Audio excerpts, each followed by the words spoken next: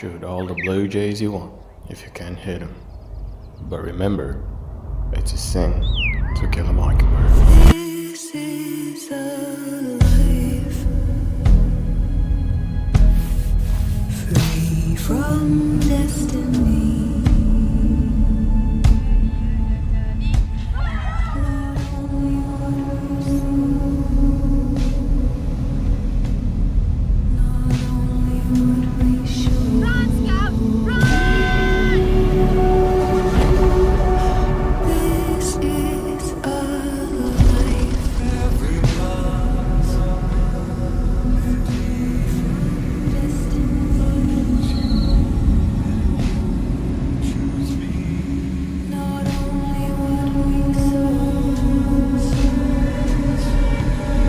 I'm Atticus Finch. Pleasure to set you free.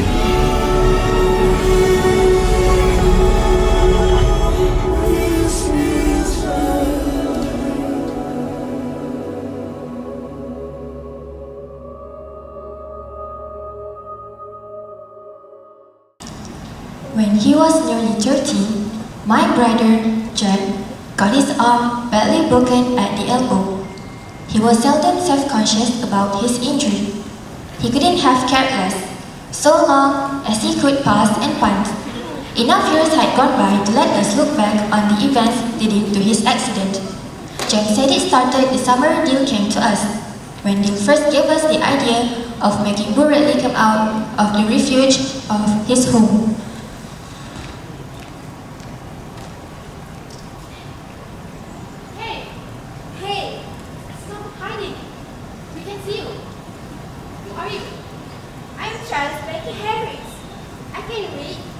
Anything needs reading, I can do it. Right. How old are you? 4.5? Going on 7. No wonder. Call me Jack. This is my sister. Scott has been reading ever since she was born. And she don't even start school till next month. Anyway, you look like a cutie for going on 7. I'm little, but I'm old. Folks call me Neil. I'm from Meridian, Mississippi. And I'm spending 2 weeks next door with my Aunt Rachel. My mama worked for a photographer in Meridian. Mama?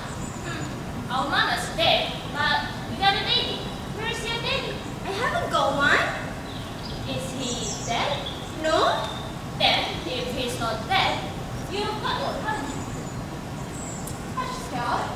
What did I do? Guys, look yonder. That poor old kitty is gonna get boiled to death for dinner. Whose dinner are we talking about? Boo Ragley, 6.5 feet tall. Fox said he dined on a raw squirrel and it's any catch he could catch on. That's why his hands are bloodstains. If you eat an animal raw, you could never wash the blood off. Long Jack scar along his face. What teeth he has is yellow and rotten. Eyes popped out and he drooled most of the time. My aunt told me about him too. Wonder what he does in there. How about we try to make him come out? I would like to see what he looks like. Well, all you have to do is go up and knock on the front door. That is if I get your puny while it's so far. Bet you can't get any further than the gate. You're scared, aren't you? I'm scared, just respectful. We are already not respectful by staring at his house for a while now. You are too scared even to put your big toe in the front yard, huh? I hope you've got it through your head that he will kill us, each and everyone in Harris. Don't blame me when he gouges your eyes out. Oh, here's the deal. I won't say you run on under there, and I'll slap you, you great ghost, if you just go up and touch the house. Touch the house? That's all? Yeah, that's all. He will probably come out and run after you after he sees you in the yard. Guys, I think I heard calling for me. Nah, boy, no escaping. The gray ghost is waiting for you at my room. Take I don't care anymore. It's not even a good. Purana behind you!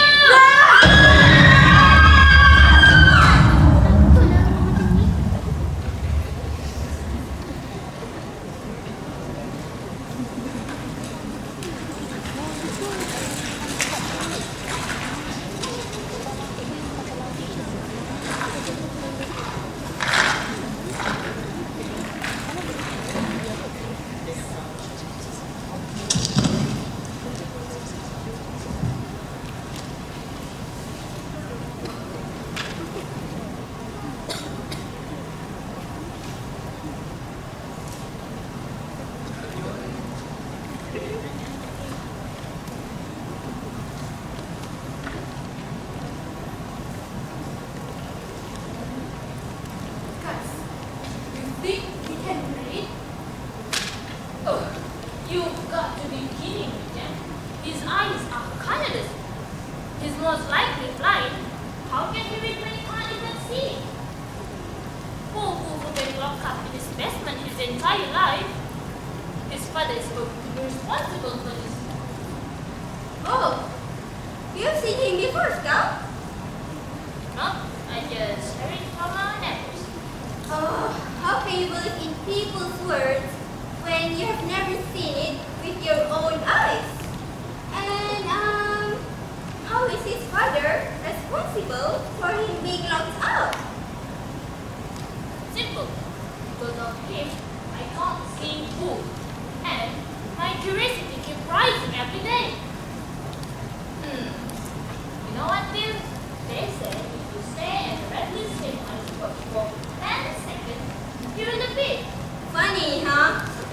Try it yourself then. You want to see him do roadshow.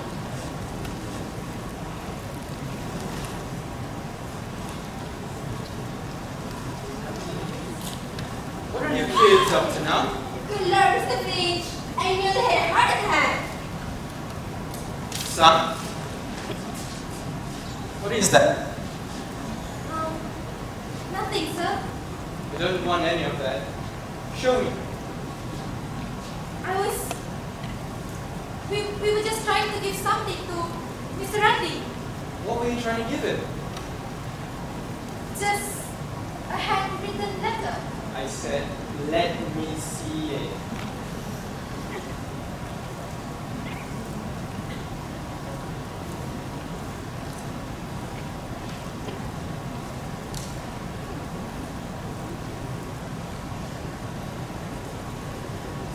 Son, why do you want Mr. Radley to come out? We thought you might enjoy us. Son, I'm going to tell you something. I'll tell you one time. Stop tormenting that man. That goes for the other two. What Mr. Radley does is his own business.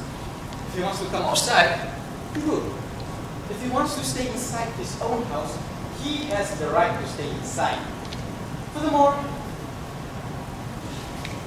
had it never occurred to you that a civil way to communicate with another being was by the front door instead of the side window? Now, I want all three of you to stay away from that house, and we are invited there. Oh, we're not, sir. We are only watching from afar instead of through his over the window. Ouch! Yes, Atticus. Alright, kids. I'm heading to the town. You guys stay at home with Kel, and I'll be back before dinner. Bye. Bye, Atticus.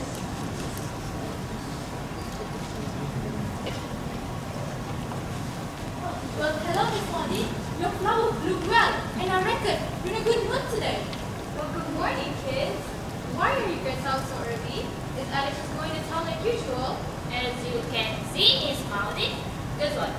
He's telling us not to have fun again, just because he doesn't know what one means. Well, you all please listen to Atticus, kids.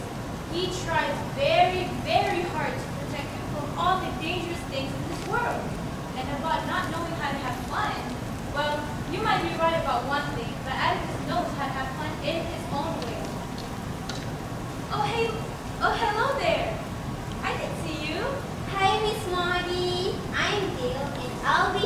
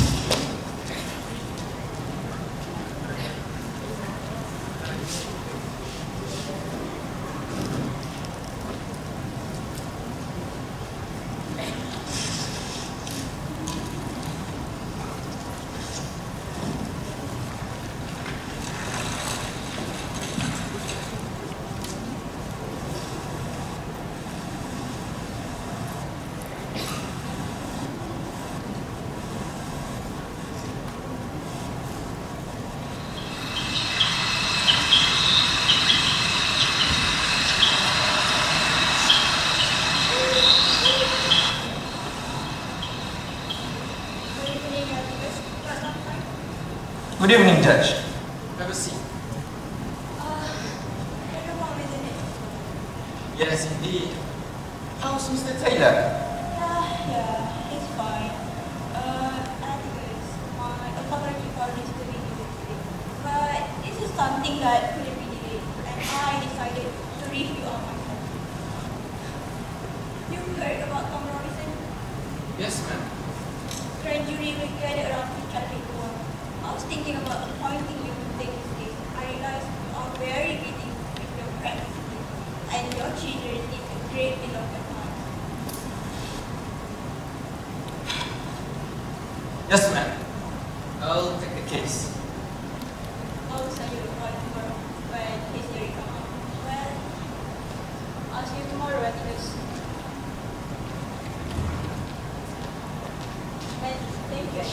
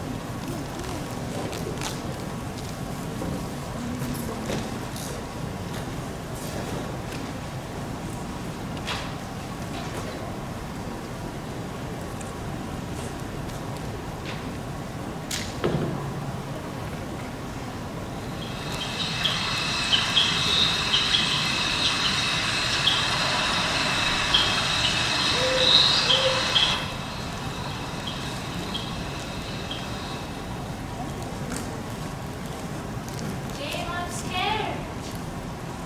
I told you to stay in bed tonight. Atticus is already asleep, and you could get a scar. Jane, I don't think this is a good idea. Be quiet, Scout. I swear, you act more like a girl these days. You can go back, leave me and Dean alone, and go back to bed. Hurry it up, guys. Look, the gate is not locked. Can't believe it is easy.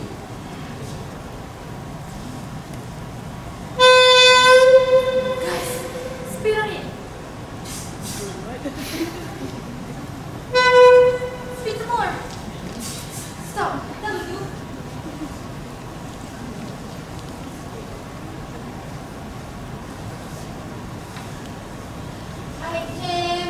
I'm starting to regret this. Let's just go back. We've already set our foot here, and there's no turning back, Neil. You owe me your life.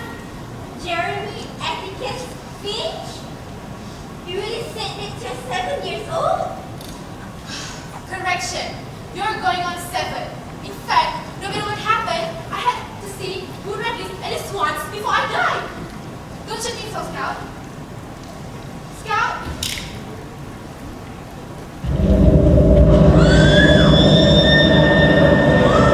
Run, guys! Hurry! Hurry!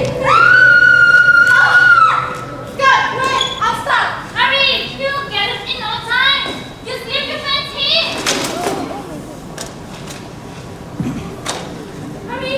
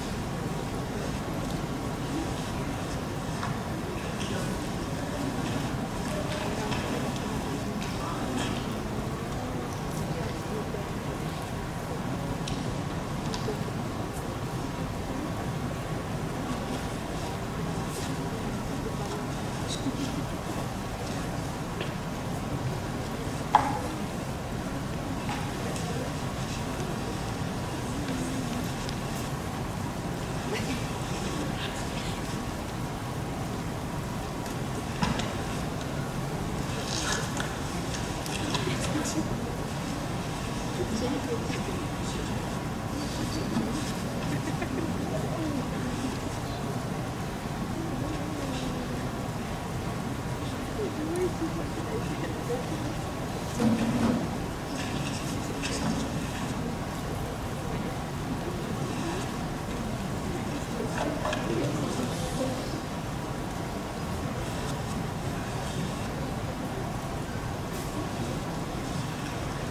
that scary night, we swore not to step into the red list territory ever again. We eventually forgot about our wish to see him and continue our life. Summer has already left us, so that's deal. Time passed by, and here comes the greatest horror story of mine, worse than nearly got eaten by wolves my first day of She school. will be? She will be. Yeah, okay. We will be here. Stop! Breakfast is ready. You don't want to have your toast cold for the first day of school, don't you? Morning, lovely.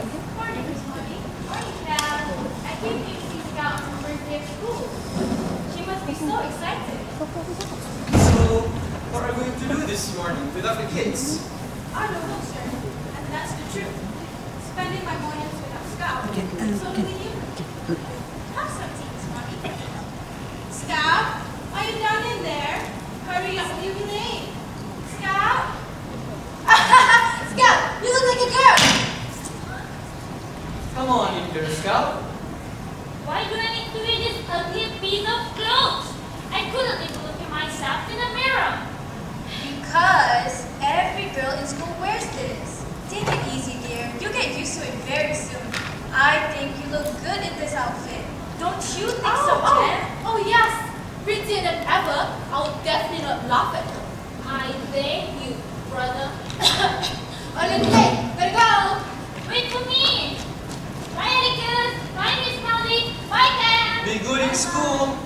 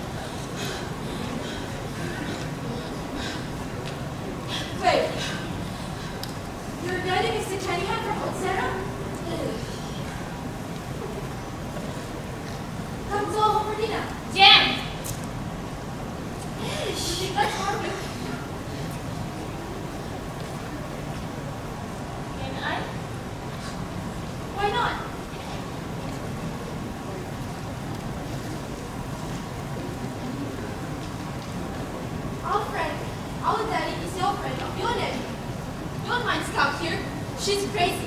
She won't fight you anymore. But I wouldn't too certain of that. Let's go. Scout, are you coming or not? All right, all right.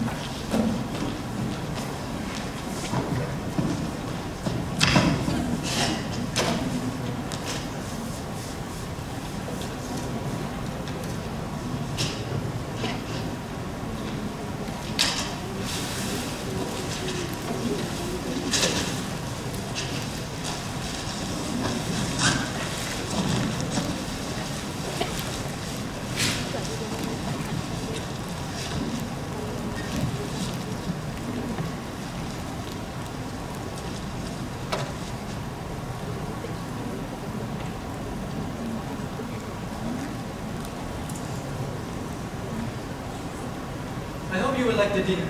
California here is a good cook. Thank you, sir. I couldn't recall when was the last time we had those. We've been having rabbits and squirrels lately. My pa and I were hunting on them ourselves.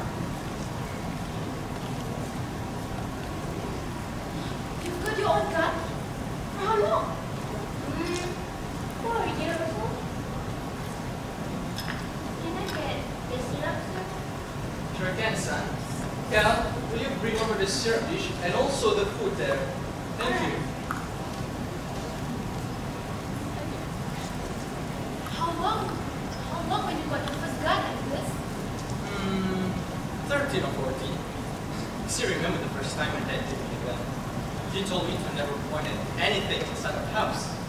And he'd rather see me shooting at tin cans in our backyard. But he said, sooner or later, it's supposed the temptation to act the guns would be too much. Only if I can shoot all the blue jays I wanted. I'd shoot them. But keep in mind, children, it is a sin to kill a mockingbird. Why? I reckon because mockingbirds don't do anything but sing their heart out for us to enjoy. They don't eat people's garden, they don't nest in people's concretes. They do nothing but sing. It is in their nature. Now let's stop talking about guns. How was your first day at school, Scout? Alright, I think.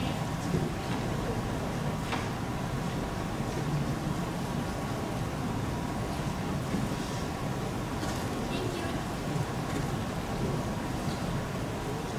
Wanted the same thing I doing. But Atticus, his run is made at basis on the syrup, and now he's pouring it all over. Stop. What? I'm not hearing you. I'll talk.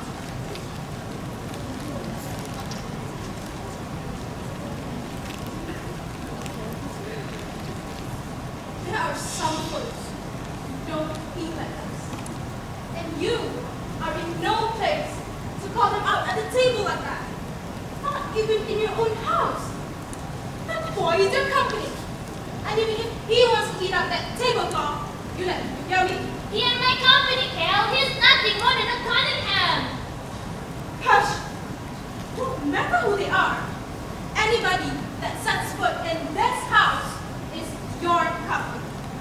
And don't let me catch you act like you are higher and any better than them ever again. Your folks are better than the Cunninghams. But that doesn't mean anything once you disgrace them like what you did just now. If you can act fit to eat at the table, you can just sit here and eat in the kitchen.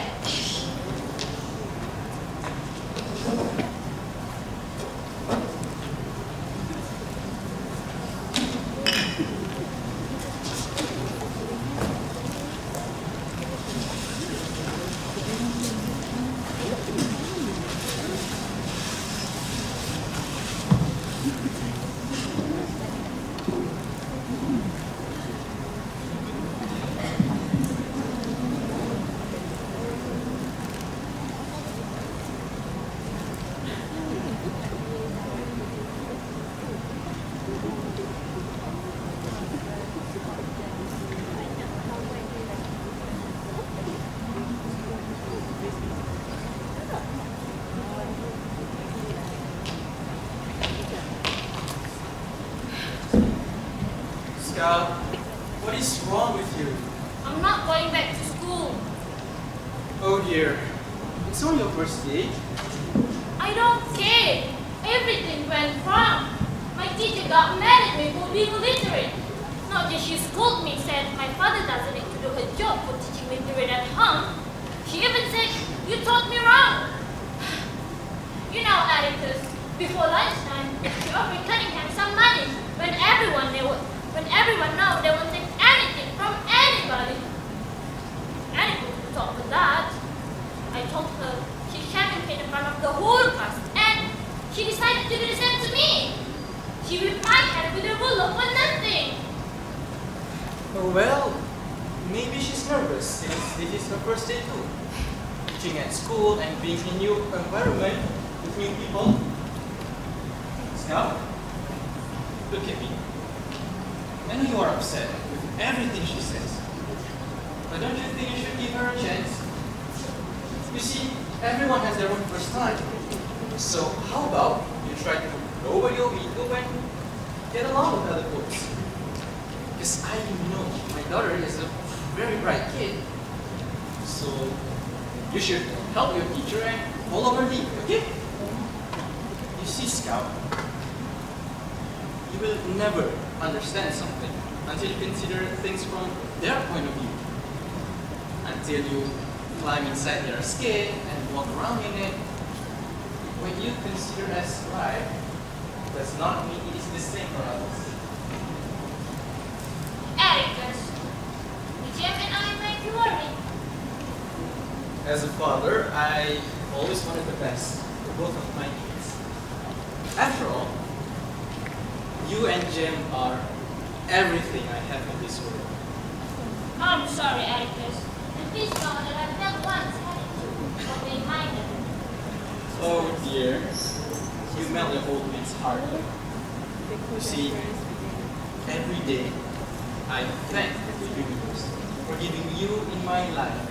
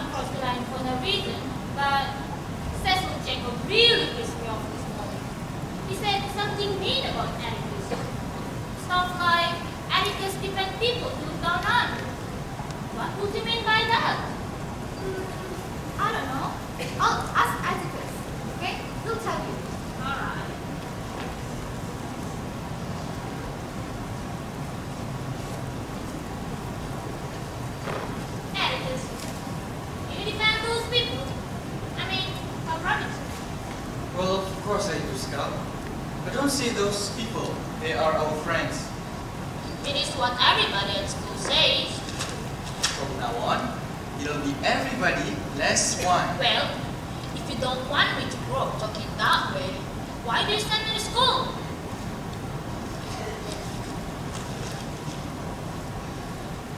Do all lawyers defend them too, Atticus? Of course they do, Scout. Then why did Cecil take control of all nasty words about you this morning? It's as if you're running a still. I'm simply defending a black man. His name is Tom Robinson. You see, the Robinsons, they live in that little settlement beyond the town now, which is the same home as Cal. So she knows his family well. She says they are clean living folks. Scout, you aren't old enough to understand some things yet. There's been some high talk around town to the effect that I shouldn't do much about defending this man. It's a peculiar case. Well, if you shouldn't be defending that man, why are you doing it? For a number of reasons. The main one is, if I didn't, I couldn't hold up my head in town. I couldn't represent this county in the legislature, and I couldn't even ask you or Jem not to do something again. You mean, if you don't defend that man, Jem and I wouldn't have to mind you anymore? That's about right. Why? You see, Scout,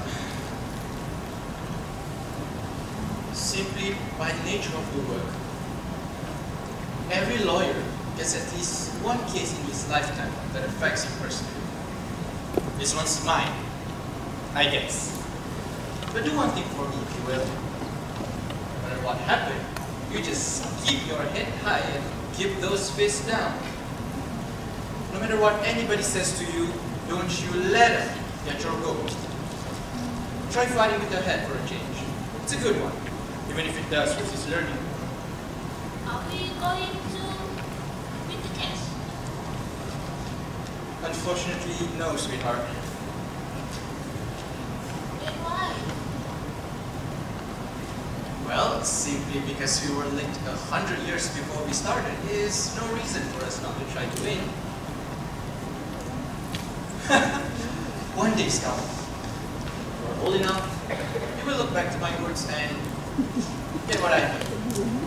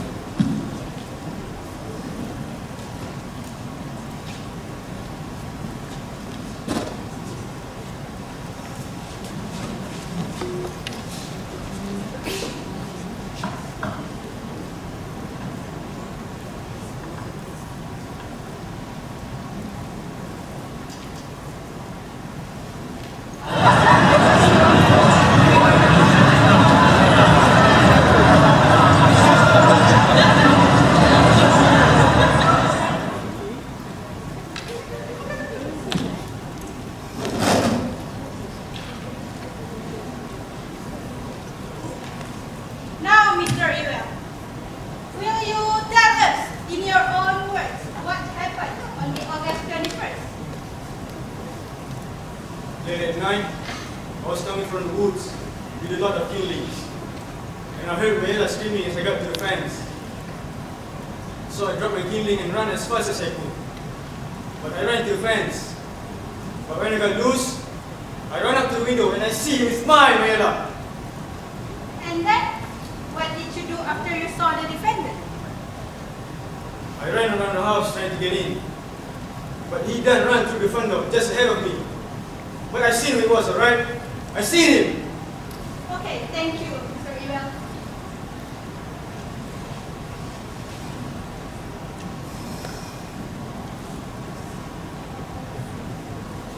mind if I ask you a quick question, Mr. Rewell? No, sir, Mr. Finch. Sure. Folks were doing a lot of running that night.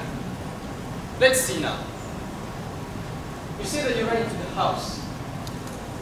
You ran to the window. You ran inside. You ran to Mayela. And you ran to Sheriff Tate. Did you, during all this running, run for a doctor? There was no need. I see him already. Now, Mr. Rewell, you've heard the sheriff's testimony.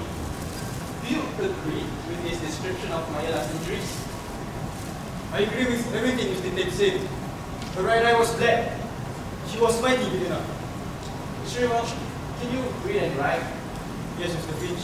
You can read and write. All right then. Will you write with me, please? Write. Show us. Now, what's so interesting? Mr. Rewell, you're left-handed. What's that to do with me, George?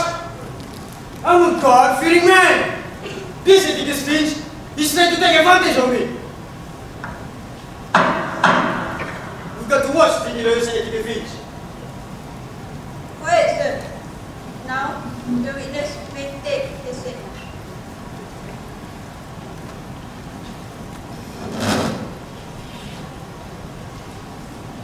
Miss Maya Iwang,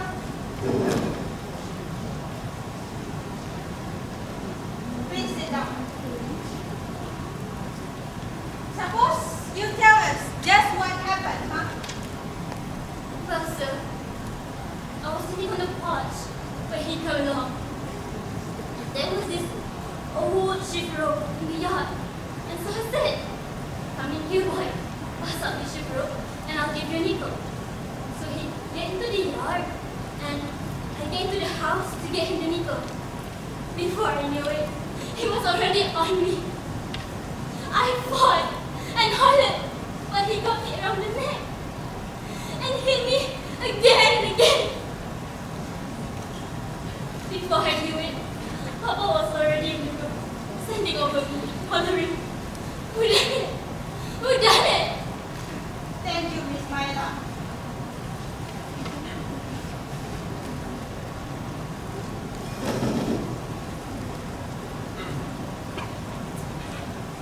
Miss Mayela, is your father good to you? I mean, is he easy to get along with?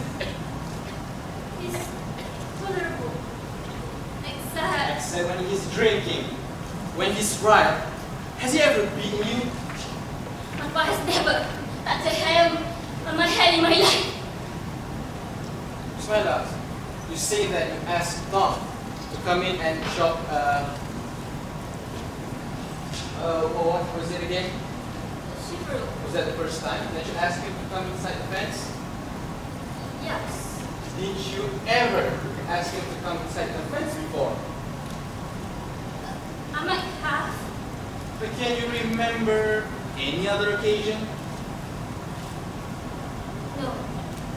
Alright.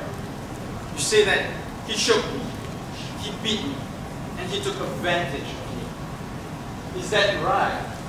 Do you remember him beating you about the face? Well, I don't recall if he had ever hit me. I mean, yes, he hit me. He hit me.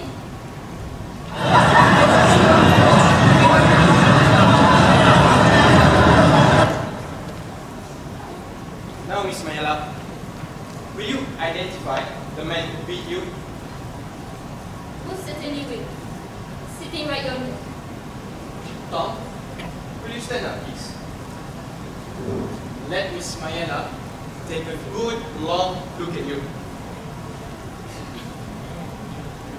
Now, Tom, will you do me a favor and catch this, please? Excellent. Now, will you do it again, but this time with your left? I can't, sir. I can't use my left hand at all. I caught the cotton genie when I was old. Now all my muscles were all loose. Miss Mayela, This is the man who raped you. It certainly is. Once again, you said that he choked me and he beat me. You didn't say that he sneaked up behind you and knocked you out cold. But then you turned around and there he was. Something's fishy. Do you want to tell us what really happened? I've got something to say. And I ain't going to say it no more. He took advantage of me. And we fine fancy gentlemen ain't going to do nothing about it. Then you're just a bunch of lousy, second poet. A whole bunch of you. And your Mammon and Miss Mallory don't come to nothing, Mr. Vince.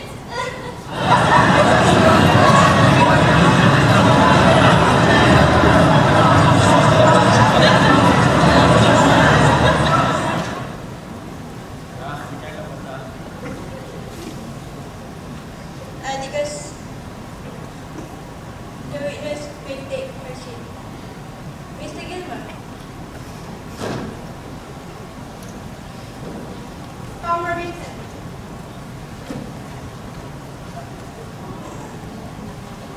Please put your hand.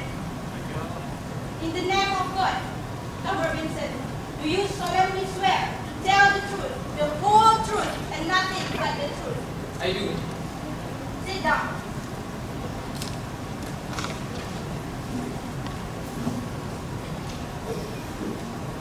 Tom, were you acquainted with Myla Violet Ewell? Yes, sir.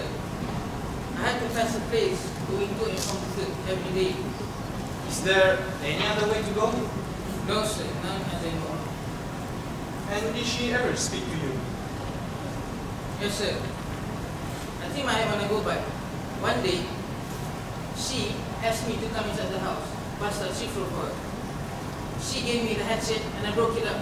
And she said, I reckon I have to give you nickel one night. And I said, no ma'am, there ain't no charge. Then I went home, Mr. Finch. That was way last spring, way over a year ago. I swear. Something's not right.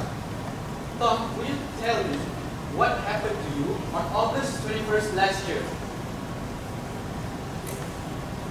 I was going home, as usual that evening, from the field. I passed by the Eva place. Miss Myla was on the porch, like she said she was. She said for me to come there and have her a minute. Then I went inside the fence. I looked around for something to look on, but I see nothing. Then she said to come inside the house. She had the door that is fixing. So I followed her into the house. But when I looked at the door, it looked alright. Then suddenly she shut the door.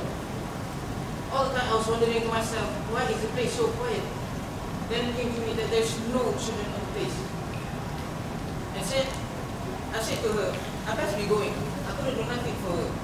And she said, oh yes, I could. And I said, why? And she said for me to sit on the chair yonder and get that box from top of the chief room. So then like she told me, when I was reaching, she grabbed me around the legs. I scared so bad and I hopped down and I turned the chair over. That was the only thing, the only furniture disturbed in the room, Mr. Finch. I swear. But what happened after you turned your chair over? Tom, you just want to tell the whole truth. Will you do it? What happened after that? I hopped down and I turned around. And she sort of jumped on me.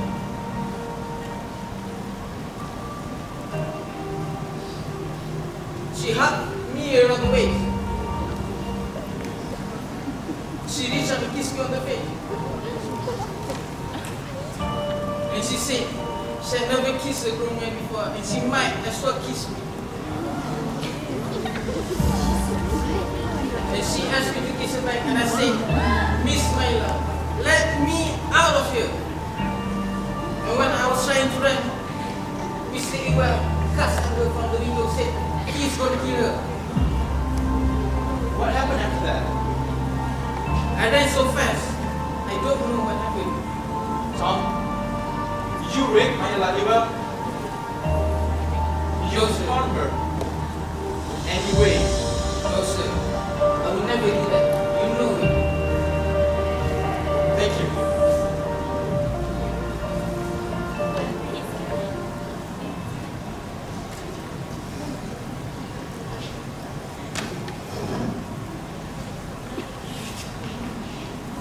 Robinson, you are pretty good at busting up shivers and tingling with one hand, aren't you? Strong enough to choke the breath out of woman and sling her to the floor. No, sir. Right? But you are strong enough too. I reckon so, sir. Why are you so anxious to do that woman's chores? Seems like there is no one to help her.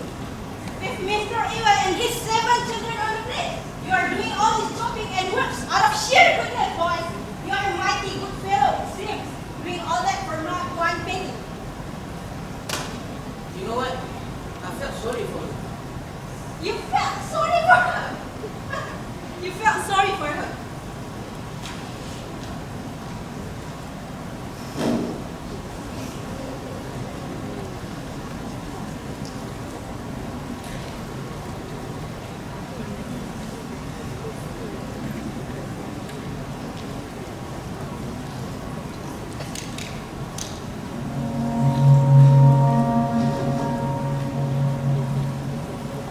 To begin with, this case should have never come to trial. The state has not produced one iota of medical evidence that the crime Tom Robinson is charged with ever took place.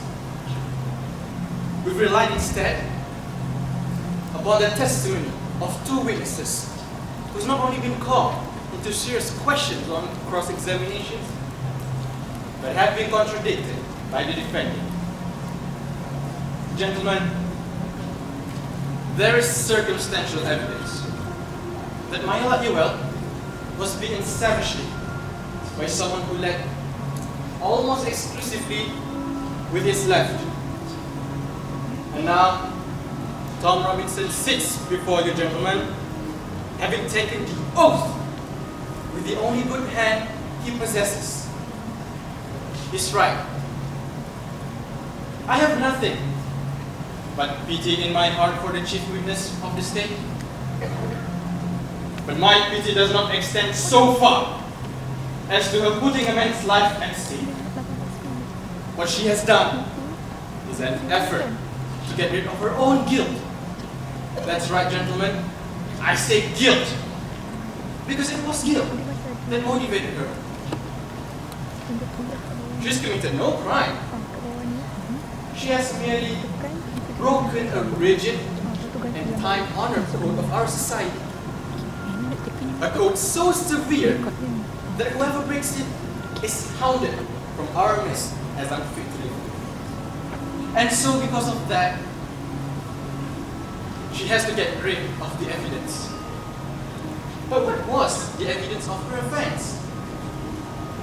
Right in front of your eyes. Gentlemen, Tom Robinson, a human being. She must put Tom Robinson away from her, because Tom was to her a daily reminder of what she did. What did she do? She tempted a black. She was white, and she tempted a black. She did something that in our society is unspeakable. She kissed a black guy. Not an old uncle, but a young, strong black guy. You see, no code mattered to her before she broke it, but it came crashing down on her afterwards. The witnesses, you see, with the exception of the sheriff of Macomb County, have presented themselves to you gentlemen, to this court, in the cynical confidence that their testimony would not be doubted. Confident that you gentlemen would go along with, on the assumption, the even assumption, that all blacks lie. All blacks are basically immoral beings. All black men are not to be trusted around our women. An assumption that one associates with minds of their caliber, and which is, it is a lie, which I do not need to point out to you.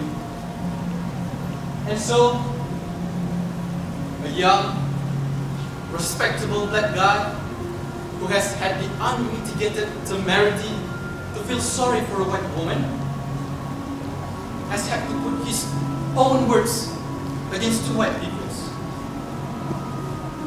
Once again, gentlemen, my defendant is not guilty.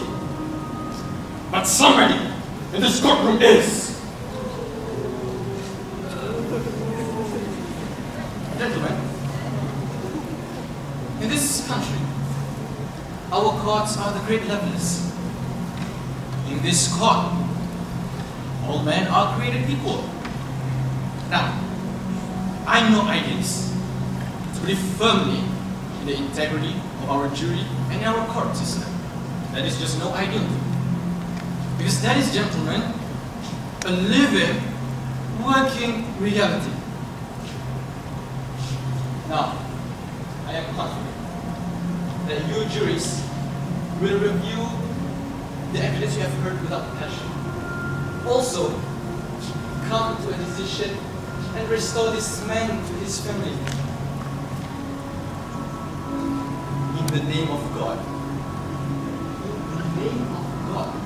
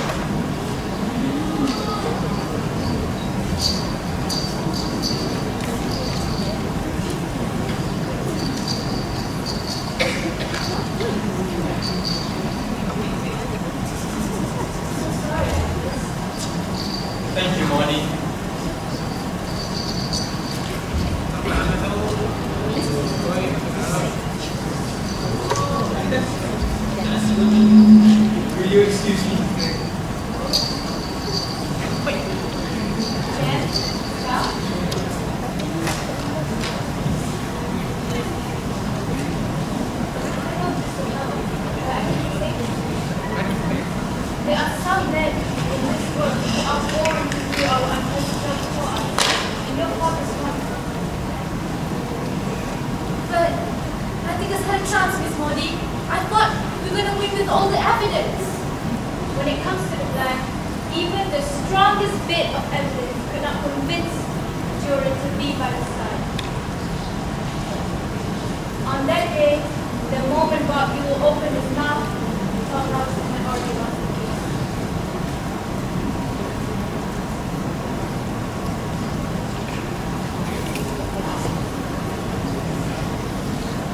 What's the matter, Ernest?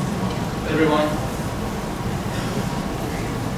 Tom Robinson is dead.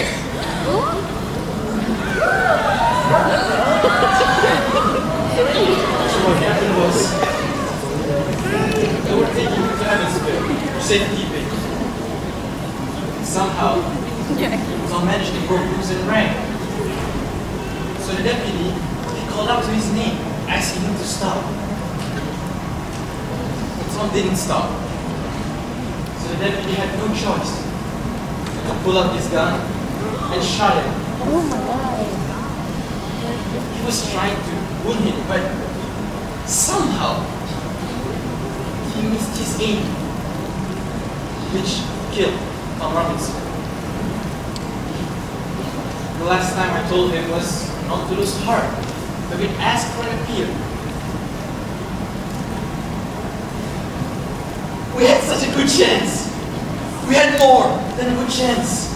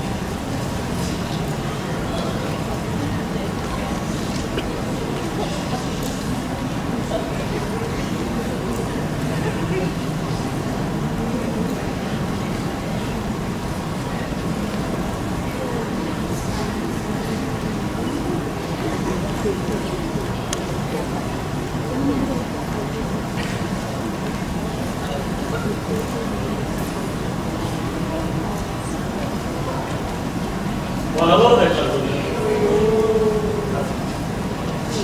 How are you, Doctor? Never been better. Do let me check your son.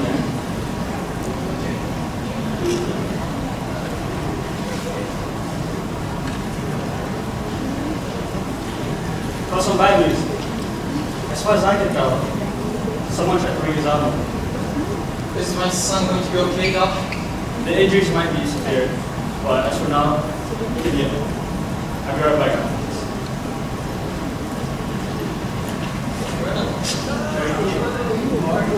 Never been better. You'll be alright.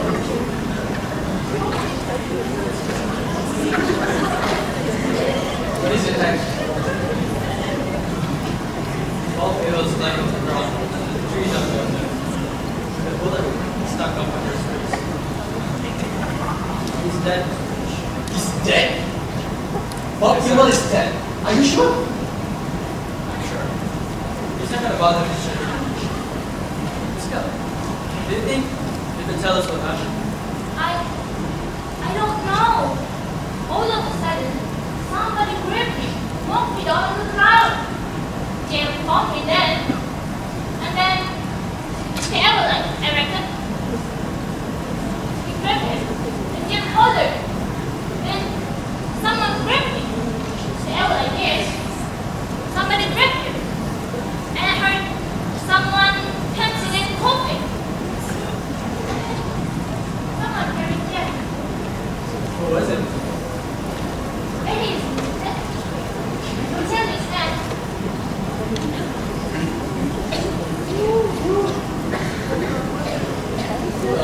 Hey, Mr. Arthur Bradley, Miss John Lewis. I believe he already knows your name. Let's go up on the front porch. come here.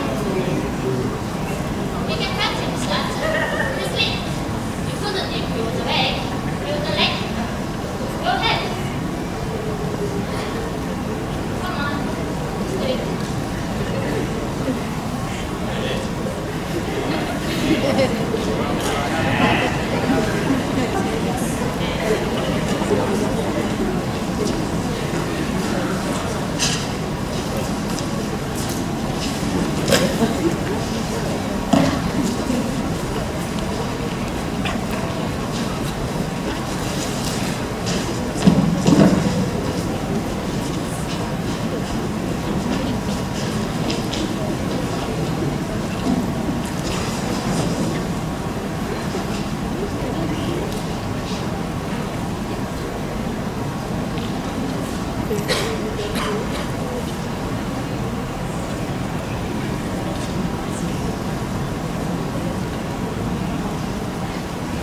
So, I guess the thing to do is...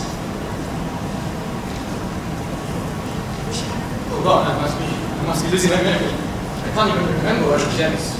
12 or 13. Anyways, it'll have to come before the comic card. Of course, it's a clear-cut case of self-defense. I know what I have to do. I'll write down the page. Do you think Jeff can walk you around? Your boy has killed him. Bob Hewell pulled the trigger on himself. He killed himself, Mr. Finch.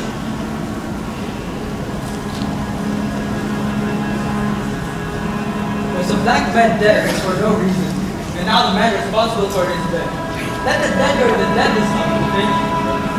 I never heard tell it's against the law for any citizen to decide what to prevent crime from being committed.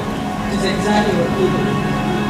But maybe you'll tell me it's my duty to tell the town and not to hush it up. You know what will happen then?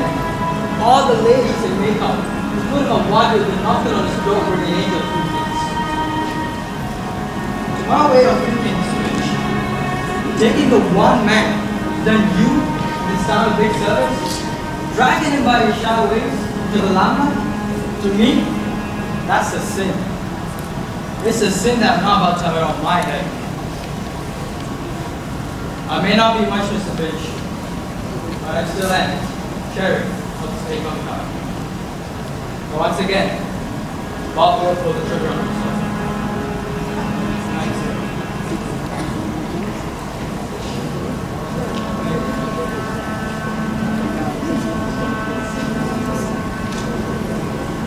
That was right. What do you mean? It would be sort of like shooting a mockingbird, wouldn't it?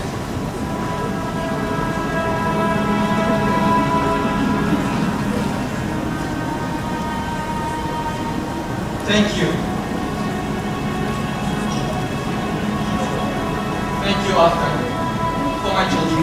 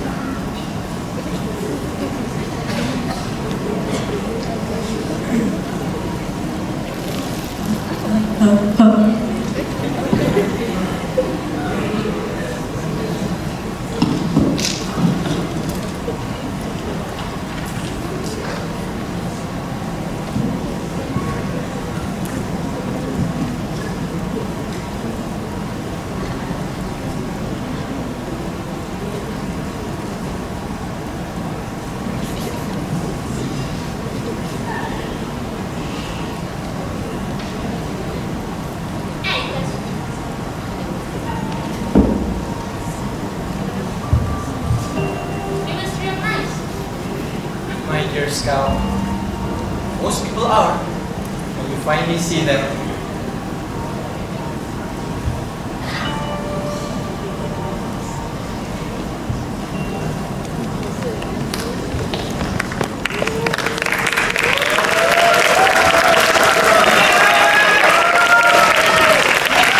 Ladies and gentlemen, give a big round of applause to the Pagoh production from Section 3 to Kill a Mockingbird.